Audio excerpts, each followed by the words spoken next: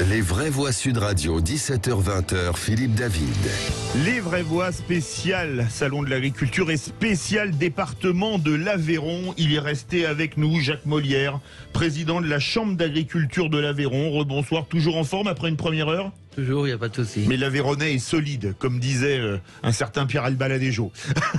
Arnaud Viala, il nous a rejoint, président du conseil départemental de l'Aveyron.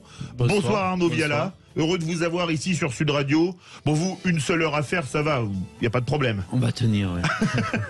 Et il nous a rejoint aussi Sébastien Vignette, secrétaire général de la Confédération Générale du Roquefort. Bonsoir Sébastien Vignette. Bonsoir Philippe, bonsoir aux deux présidents à vos côtés. On va parler tout de suite justement du Roquefort avec vous. Notre grand débat à 18h30, la présidentielle 2022 est-elle déjà jouée? Vous êtes 63,8% à dire non. Vous voulez réagir? Le 0826 300 300 et les réseaux sociaux. Petite modification, grosse modification des vraies voix ce soir, puisqu'on l'a appris il y a à peine une demi-heure, un peu moins d'une demi-heure. Jean-Pierre Pernaut a succombé à un cancer à l'âge de 71 ans. À 18h15, on aura avec nous la voix des médias de Sud Radio, Valérie Expert et Pascal Bataille. À 18h50, on aura une autre voix de Sud Radio. Vous la retrouvez tous les matins avec Patrick Roger dans la matinale. Cécile de Ménibus nous parlera de Jean-Pierre Pernaut. Et à 19h05, la mémoire de Sud Radio, Jacques Pessis, sera en notre compagnie. Vous voulez réagir? Vous avez rencontré Jean-Pierre Pernaut. On ne parlera que de lui de 19h à 19h20. N'hésitez pas à appeler le 0826 300 300 pour témoigner. Je parie, Arnaud Viala, je parie Jacques Molière que le Roquefort, ça vous dit quelque chose? Un peu, oui. Un peu ou beaucoup? Beaucoup, parce que moi je suis fils de producteur de lait de brebis pour le Roquefort, donc ça me parle énormément. Et puis évidemment c'est un produit emblématique de l'Aveyron dont on a beaucoup parlé aujourd'hui d'ailleurs. On en a beaucoup parlé. Vous aussi, en tant que président de la Chambre d'Agriculture, le Roquefort, ça vous dit quelque chose? Bien sûr, c'est le roi des fromages, et puis c'est aussi...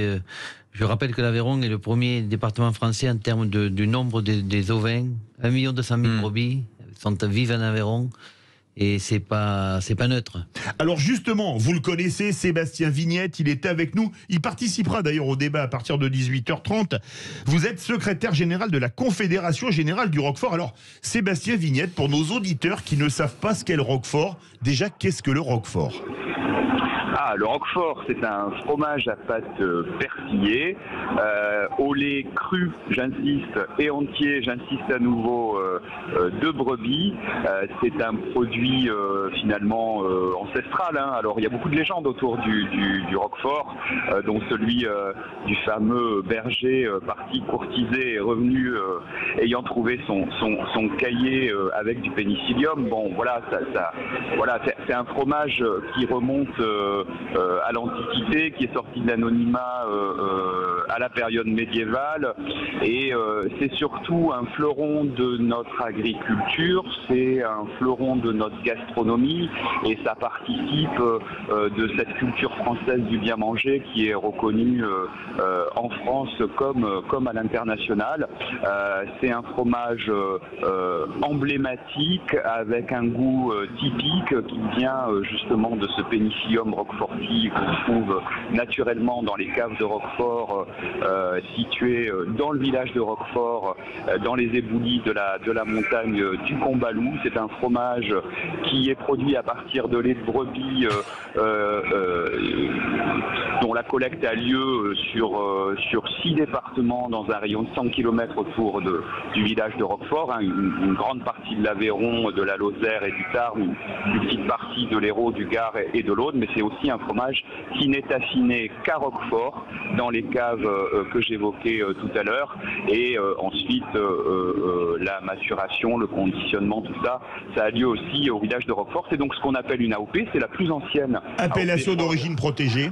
C'est ça, c'est la plus ancienne AOP fromagère de France, puisque ça remonte à 1925. Et puis, si on est un petit peu féru d'histoire, en réalité, on trouve les premières protections dès le XVe siècle, puis ensuite avec l'arrêt du Parlement de Toulouse, qui quelque part institutionnalise le monopole d'affinage dans les caves de Roquefort en 1666. Donc, vous voyez, le Roquefort, c'est un morceau de plaisir et c'est aussi un morceau d'histoire. Alors justement, combien y a-t-il de producteurs en tant éleveurs de brebis, comme la famille d'Arnaud Viala, que de producteurs de Roquefort, les caves de Roquefort, quoi? Alors, Alors, le Roquefort, ça structure véritablement tout un territoire. C'est essentiel parce que c'est aussi des productions qui ont lieu sur des territoires où parfois notre type d'agriculture serait plus difficilement possible. L'économie du Roquefort, eh bien écoutez, c'est à peu près 1400 élevages, mais quand je dis 1400 élevages, je dis en réalité 3400 éleveurs-éleveuses, hein, puisqu'il y en a plusieurs sur un élevage, qui produisent ce fameux lait pour Roquefort. Et puis c'est cette maison qui le fabrique à partir de ce lait. C'est donc aussi 2000 emplois directs. 2000 emplois, oui. Voilà, donc quand vous ajoutez plus les indirects 500 éleveurs, vous êtes déjà à 5500 actifs, plus les emplois indirects. C'est aujourd'hui encore, en termes de production commercialisée, s'agissant des AOP, hein, bien sûr, la troisième, la première étant le comté, et puis ensuite on est 2 ou 3 selon les années, on joue à touche-touche avec le reblochon, voilà. Oui. Voilà, autour de 16 000 tonnes par an, dont 25% à l'export. Donc, comme je le disais tout à l'heure, c'est un produit d'excellence reconnu à l'étranger. Et justement, 25% à l'export, la production, c'est combien de tonnes de Roquefort par an ? 16 000 tonnes. Donc, 25%, ça fait 700 et 700, 1400, ça fait à peu près 2000 tonnes par an, c'est ça ? C'est quoi les gros marchés pour le Roquefort ? Alors, les gros marchés pour le Roquefort, c'est principalement l'Europe, à 70%. Et quand vous regardez en Europe, c'est principalement l'Espagne. Et puis après, vous avez l'Allemagne, la Belgique, les Pays-Bas. Alors, vous avez le Royaume-Uni, hein, qu'aujourd'hui je ne citerai plus, évidemment, en Europe au sens strict. Et puis, vous avez aussi de l'export aux États-Unis, par exemple, pour citer les plus gros marchés à l'export. Et ils vous embêtent plus trop, les Américains, qui étaient contre les fromages au lait cru ? Il nous abute plus trop en ce moment. C'est vrai qu'on a échappé au train de sanctions, au dernier train de sanctions qu'avait mis en place Donald Trump. Pour une fois, le Roquefort y a échappé, mais vous le savez bien, hein, puisqu'on est un produit emblématique et qu'on se bat contre la malbouffe, hein, c'est encore le cas avec le Nutri-Score, et bien évidemment, on est souvent une cible dans les mesures de rétorsion. Et est-ce que, c'était notre débat tout à l'heure, on en parlait avec Jacques Molière, Christian Naudan et Pierre Azémar, 3 éminents représentants du département de l'Aveyron, est-ce qu'avec l'augmentation du pétrole et des denrées agricoles, le maïs, le blé, le colza, etc., est-ce que le prix du Roquefort va monter comme l'essence monte à la pompe ?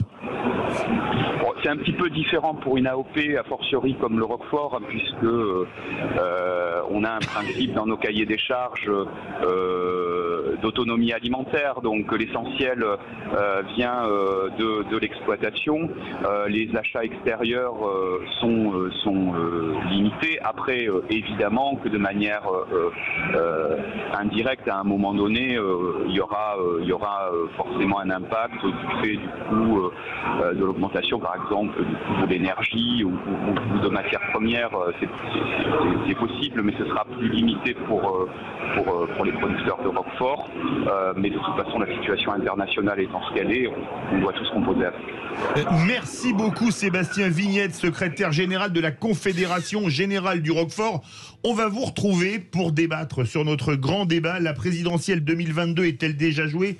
Ce sera à partir de 18h30. Pour le moment, vous êtes 63,6% à dire non. Les vraies voix sont bouleversées aujourd'hui à tous les sens du terme, puisqu'on a appris il y a un peu moins d'une heure la mort de Jean-Pierre Pernaut à 71 ans. On va tout de suite parler de cet immense journaliste extrêmement populaire en compagnie de Valérie Expert que vous retrouvez tous les jours de 10h à midi sur Sud Radio, notamment de 10h à 10h40 pour l'émission Média, et Pascal Bataille, éminent journaliste également. On en parlera également à partir de 18h52 avec Cécile de Ménibus et avec Jacques Pessis à partir de 19h05. Restez bien avec nous, les vraies voix de Sud Radio.